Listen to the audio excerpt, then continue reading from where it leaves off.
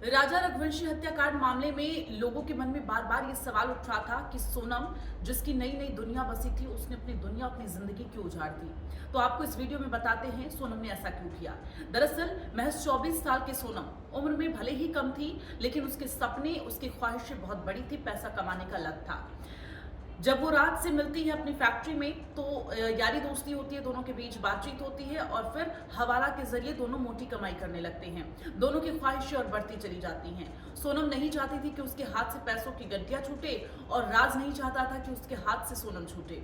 इस बीच जब राजा और सोनम की शादी फिक्स हो रही होती है, तो राज ने 2-3 बार कोशिश की थी कि शादी टूट जाए, लेकिन ऐसा नहीं हो पाया।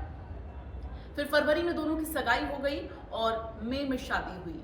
शादी के 11 दिन पहले हत्या की पूरी साजिश जो है, वो षड्यंत्र जो है वो बुना गया और हनीमून का एक प्लान तैयार किया गया।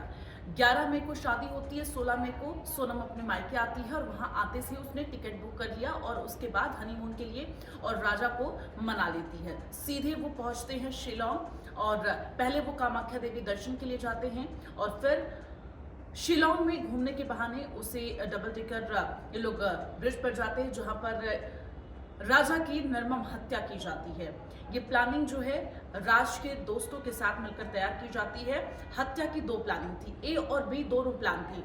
पहले प्लानिंग यही थी कि जो राज के दोस्त थे वो हत्या करेंगे और अगर ये प्लान सक्सेसफुल नहीं हो पाया किसी कारणवश, तो सोनम जो है वो राजा को धक्का देकर और खाइयों से नीचे धकेल देगी। इस तरह से हत्या को अंजाम दिया जाएगा। हालांकि जो उनकी साजिश थी, जो उनका प्लान था, वो सक्सेसफुल होता है और यही वजह है कि आज वो सलाखों के पीछे हैं।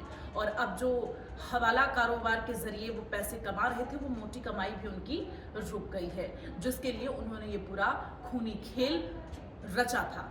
तो हवाला के पैसों के लिए सोनम आतुर रहती थी। सोनम बेहद कमजोर परिवार से आती थी, इस वजह से उसको पैसे कमाने की तलब लगी थी।